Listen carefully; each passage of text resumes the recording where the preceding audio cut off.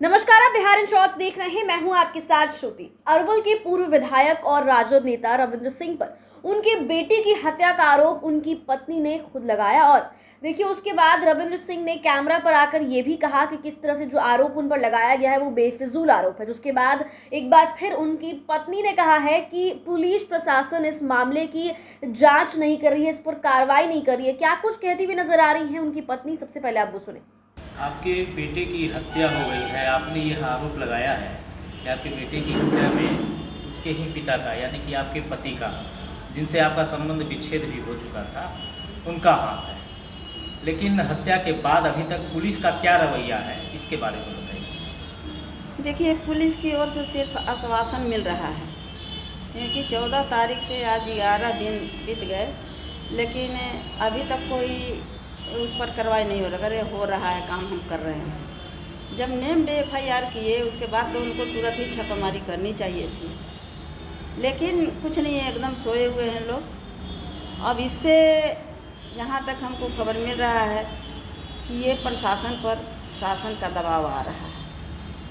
तो शासन के दबाव में चूँकि सत्ता में रह चुके हैं और सत्ता के गलियारी में रहते सत्ता के लोग, अभी गठबंधन के लोग का न्यूज मिल रहा है कि ये लोग दबाव डाल रहे हैं, इसलिए हमको काम करने में कठिनाई हो रही है।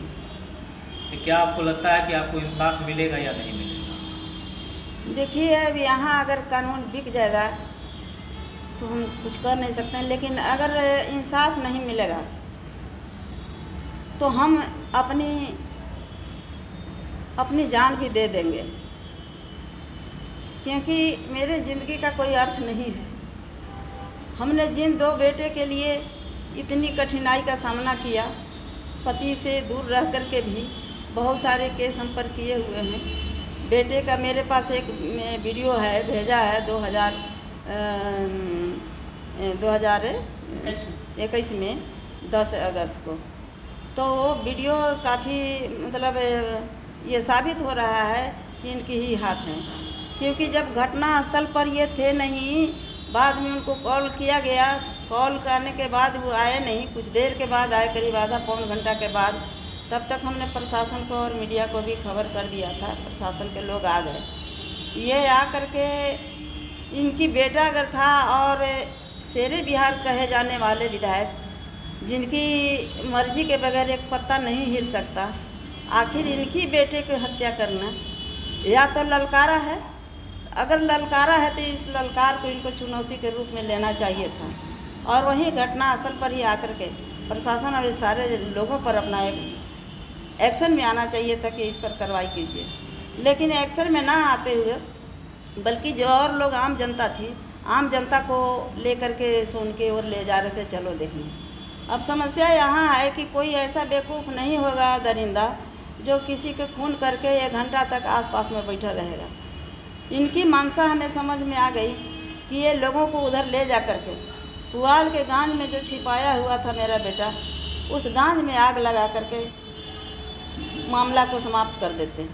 हमारे पास कुछ नहीं रह जाता। तो ये साजिश इन्हीं की थी। और उधर से आ कर के फिर पूछ रहे हैं, लोग नहीं गया पब्लिक तो सीधे पूछ रहे हैं, दूसरे से पूछवाए हैं कि जाके पूछो, अब तो जो होना था हो गया, अब क्या करना है। अब आप बता सकते हैं कि जिसकी बेटे की छत बिछत लाश हो और वो एक्शन में ना आते हुए हमसे पूछवा रहे हैं कि क्या करना है, तो इससे तो साबित हो रहा है दूसरी की घटना घटती है, कहीं कोई घटना घटती है तो आदमी दूसरा कोई भी उसके लिए एक्शन में आ जाता है। पूरी आम जनता की आक्रोश है कि इनके बगैर शेर का बच्चा कैसे मारा गया, कोई सियार नहीं खा सकता है शेर के बच्चे को। लोगों में आक्रोश है, पूरे आक्रोश है, ये मैं नहीं, पूरी आम जनता कह रही है। आप क्या चाहती हैं? हम चाहते हैं कि हमारे बेटे का जो दुश्मन है, जिसने खून किया है, एक भी व्यक्ति को नहीं बचना चाहिए, उनकी कड़ी सज़ा होनी चाहिए। हम ये मांग करते हैं और अगर इस पर एक्शन नहीं लिया गया तो बेशक हम आत्मदाह तक करेंगे, क्योंकि मैंने कह दिया कि मुझे ज़िंदा रहने का कोई औचित्य नहीं है। एक माँ बाप अपने कंधे पर लाश ढोना नहीं चाहता अपने बेटे को, वो अपना बेटे का कंधा मजबूत करता है कि मेरी अर्थी बेटे के कंधे पर जाए। लेकिन ठीक मेरे साथ उल्टा हुआ कि मैं इस युवा बेटे को अपने कंधे पर अर्थी लेकर के चल रही हूँ। आज न लालू या नीतीश कोई भी शासन प्रशासन के लोग हों, क्या उनके बेटे से मेरे बेटे की अहमियत कम थी? क्यों? आखिर उनके साथ अगर ये घटना घटती तो क्या लोग खामोश रहते, चुप रहते, कि अब तक बहुत त्वरित कार्रवाई हो जाती? कोई कार्रवाई नहीं होने से मुझे असंतोष हो रहा है। अब उसका जो पोस्टमार्टम रिपोर्ट वो भी नहीं दिया जा रहा है। मैंने अपने बेटा का मोबाइल दिया, आज तक उस पर भी पता नहीं क्या हो रहा है क्या नहीं हो रहा है, कुछ नहीं। आखिर क्या विवाद रहा है कि रविंद्र सिंह जो पूर्व विधायक रहे हैं अरवल के, उन्होंने अपने ही बेटी की हत्या करवा दी? हाँ, विवाद ये चल रहा है कि चूँकि जब तक उनके फेवर में था तब तक तो ठीक थे। उनका मतलब है कि वो डिस्पोजल समझ चुके हैं कि हम इस्तेमाल करो और फेंक दो। वो अपने पक्ष में रखे थे कि जब मेरे बड़े बेटे की शादी हुई थी तो उनमें आरोप लगा दिया था, समधी समधन दोनों मिल करके, कि बेटा हमारा नपुंसक है, और उस नपुंसकता का आरोप लगा के उसको डिवोर्स हुआ। और इस पर छोटे बेटे पर दबाव डाले थे कि तुम सामाजिक मामला है, ये बहू है, कहाँ जाएगी, तुम जब हो कुंवारे हो तो तुम शादी करो। मेरा बेटा इनकार कर रहा था, लेकिन फिर भी सामाजिक प्रेशरें थी। लेकिन मैंने इस जो उनकी फैसला से मैं काफ़ी परेशान हुई कि अगर ऐसी फैसला लेते हैं तो घर में हमारी खून खराबे होंगे, और खून खराबे होंगे तो बाप मार दे बेटा को, चाहे बेटा मार दे बाप को, दर्द तो मुझे ही होगी, क्योंकि पति मेरा है, पुत्र भी मेरा ही है। शरीर के किसी भी अंग पर अगर चोट लगती है तो दर्द तो उसी को होता है। मैंने ये किया कि नहीं, अब क्या होगा क्या नहीं होगा, अगर सही है तो बेशक, अगर नपुंसक मेरा बेटा है तो साबित करो। मेडिकल हुआ, मेडिकल में सारा नॉर्मल हो गया। लास्ट में जज ने कहा कि जब लड़की रहने के लिए तैयार नहीं है तो अब नहीं रहने के लिए तैयार है, ठीक है, कोई मत रहे, लेकिन इतनी बड़ी आरोप लगा करके उसकी कितनी मानसिक संतुलन को बर्बाद किया है, उसकी पढ़ाई लिखाई को, सारे चीज़ों को उन्होंने बर्बाद किया है। हमें मारने का भरपूर प्रयास किया, और उसके वजह से ही हमें घर छोड़ करके सासाराम में रहना पड़ा, और मेरा बेटा वहीं पर अपना पढ़ा, वहीं से लॉ किया और जाता था कोचिंग में, किसी को कोचिंग में पढ़ाने, और किसी तरह से हम लोग जी रहे थे। लेकिन ये जब विधायक बने दूसरा बार, तो ये क्या किए कि अपनी ही पोती, जिसका ममता कुमारी नाम है, बाप का नाम सत्येंद्र मेहता है, उसी को ये रखेल बना लिए। उस लड़की का शादी आप यहाँ अम्बा में बैजनाथ महतो थे, उनकी बड़े बेटे की शादी उसी लड़की से हुई थी। तो जब अपने बेटा में नपुंसकता का आरोप लगा करके सफल हो गए, तब उसको कहे कि अब तुम्हारा भी हम काम सफल करेंगे। ये बैजनाथ महतो से आप लोग पता लगा सकते हैं कि मामला क्या है। तो ये हर खेल ऐसे खेल हरकत कर रहे हैं। एमएलए बने तो सबको ले करके पटना रहने लगे, बहाना बना दिया कि हम अपनी माँ की सेवा के लिए कर रहे हैं। बेटा मेरा कहा, कई लोगों ने कहा कि जो मेरा बेटा आज दुनिया से गुजर गया, वो बेटा कई लोगों से कहा कि हमारी शादी के लिए करवाइए, मेरा उम्र हो रहा है, घर में शादी हो जाएगी तो कम से कम दादी का सेवा होगा। लेकिन ये शादी करने से इनकार कर रहे थे, खुद से ही कहा। अब खुद से कहा तो ये किसी लड़की से अपनी चर्चा भी की है। खुद लड़का कहे किसी कि तुम अपना शादी तय कर लो, हम सामाजिक रूप दे देंगे। अब ये खुद जब बात कराया तो इस शादी के लिए कहा कि ठीक है, हो जाएगा। लेकिन जो लड़की को रखे हुए हैं, रखनी बना करके ममता को, उसने दबाव दिया कि जब आप माँ की सेवा के बहाने हमको रखे हुए हैं, तो जब शादी हो जाएगी तो अपने बेटा और बहू के साथ आप चले जाएंगे तो हम कैसे रहेंगे, चूँकि आप ही पर हम हैं। तब ये मामला बनाने लगे कुछ दूसरा, जो अभी बना रहे हैं कि भगनी है तो फलना है। बात की खुलासा नहीं कर रहे हैं, बात की खुलासा करें कौन भगनी है, क्या है, और कौन कई गो लड़कियां हैं, उसकी तो नाम दें। ये तमाशा बना रहे हैं। जब अपनी पत्नी को छोड़ सकते हैं, अपने पिता को ही खुद इंजेक्शन जहर का दे करके मरवा दिए थे, क्योंकि ये सब धन बर्बाद कर रहे थे।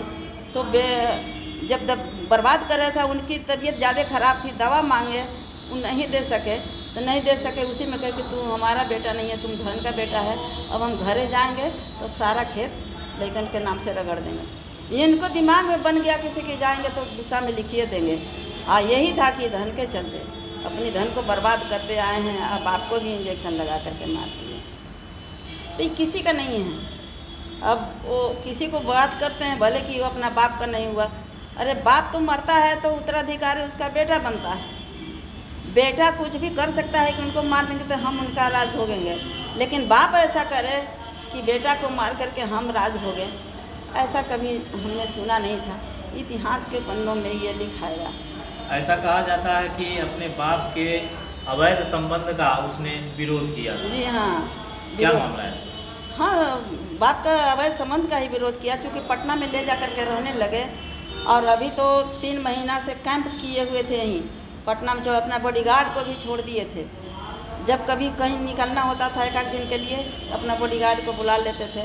बाकी वो छुट्टी में, ये 2-3 महीने से छुट्टी में है। जनवरी में ये लगता है कि 10 या 12 दिसंबर में ही 12-14 लगता है दिसंबर से वो अपना ही छनबिगा में है। और रोज़ उस जिधर मेरा बेटा मारा गया है वो बगीचा में के आसपास में रोज़ बेड डूबता था, अपने ही खुद राइफल लेकर के घूमते थे।